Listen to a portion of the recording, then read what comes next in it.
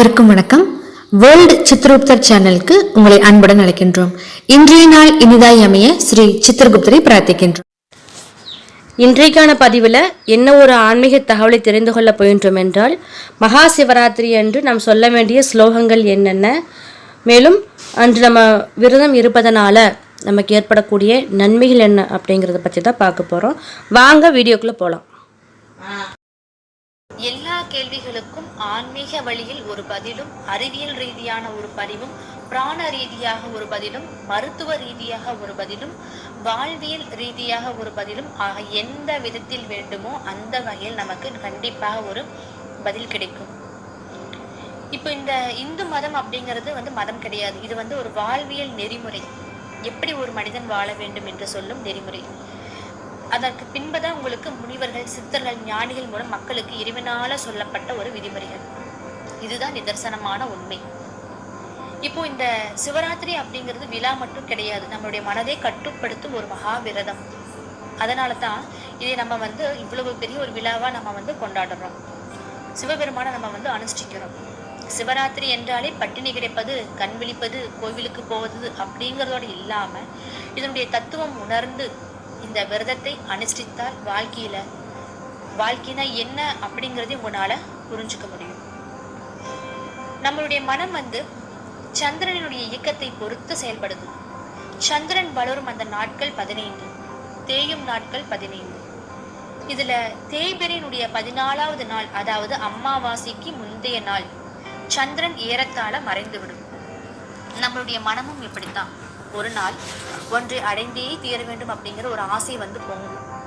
அடுத்த நாளே அது எதற்கு, எதனால, என்ன பயன் நமக்கு அப்படிங்கிறத நம்ம நினைச்சு நம்முடைய எண்ணமாகப்பட்டது தேய்ந்து போகும். அதற்கு மறுநாள் என்னாகும்னா, விட்டேனே பார், அடடா இதை நம்ம விட்டுட்டோமே அப்படிங்கிற அந்த பொருள் மேல ஒரு ஆசையின் மீது ஒரு லைக்க ஆரம்பித்து விடும். இப்படி நிலையில்லாமல் இருப்பதுதான் இந்த மனம். அப்ப அந்த மனித மனம் ஒருநிலைப்பட தியானம் நமக்கு மிக மிக அவசியம். அலைப்பாயும் நம்மளுடைய மனதை சிவத்தின் மீது நம்ம வைத்து எங்குமே போகாமல் கட்டி போட நம்ம வைக்கணும். அப்படி கட்டி போட்டாலும் அமாவாசைக்கு முந்தைய நாள் சந்திரனின் சிறு கீற்று போல மனதின் ஏதோ ஒரு மூலையில் முந்தைய ஆசை எண்ணங்களின் சிறுபடிவும் புரிந்துதான் இருக்கும். அதையும் ஒழித்தால்தான் நாம பிறவியிலிருந்து விடுபட்டு நம்ம சிவனை நம்ம அடைய முடியும். அதற்காக சிவனை வழிபடும் அந்த நாள் தான் சிவராத்திரி அப்படின்னு சொல்லப்படுது. இந்த தத்துவத்தை உணரத்தான் சிவனை நம்ம லிங்க வடிவுல படைத்தார்கள் நம்மளுடைய முன்னோர்கள். அந்த லிங்கத்தினுடைய பானம் ஏறத்தாழ முட்டையினுடைய வடிவுல இருக்கும். ஒரு முட்டை படம் வரையுங்கள், அதற்கு முதலும் இல்லை முடிவும் இல்லை, சுற்றி சுற்றி போய் கொண்டே அப்படி இருக்கும். அதே போலதான் சிவனும் அப்படிங்கிறது முடிவும் இல்லாதவர், முதலும் இல்லாதவர். மனிதர்களுக்கு அப்படி கிடையாது. நமக்கு பிறப்பு என்னும் ஒரு முதலும், மரணம் அப்படிங்கிற ஒரு முடிவு நமக்கு இருக்கு. இது நம்ம செய்யக்கூடிய அந்த பாவ புண்ணியத்திற்கு ஏற்ப நம்மளுடைய பிறவிகள் நமக்கு கொடுத்திருக்கு. சிலர் 7 பிறவி அப்படின்னு சொல்றாங்க. மனிதர்களுக்கு ஒரு கணக்கு சொல்றாங்க. அந்த 7 பிறவி என்பது சரி. நம்ம பாவ கணக்கு கரையும் வரை மீண்டும் மீண்டும் பூமியில் எழுது கொண்டே பிறப்போம். பிறவி சூழலில் இருந்து விடுபட ஏதாவது ஒரு வழி இருக்காதா அப்படின்னு நம்ம கேட்கும் போது அதற்கு ஒரே ஒரு மந்திரம், அந்த வார்த்தையை நம்ம சொல்லணும்னா முன்னோர்கள் சொன்னது அன்பே சிவம். பிற உயிர்களையும் தம்மை போலவே கருதி நம்ம அன்பு செலுத்தணும். அந்த தேவர்களும் அசுரர்களும் அம்பிகையும் விஷ்ணுவும் பிரம்மாவும் இந்த சிவபெருமானை வழிபட்ட ஒரு காலம் இது. பிரதோஷ வேளையில் ஒடுங்கும் அந்த நேரத்துல நமது பாவங்களை சிவன் ஏற்றுக்கொள்வார் என்றுதான் பிரதோஷமும்.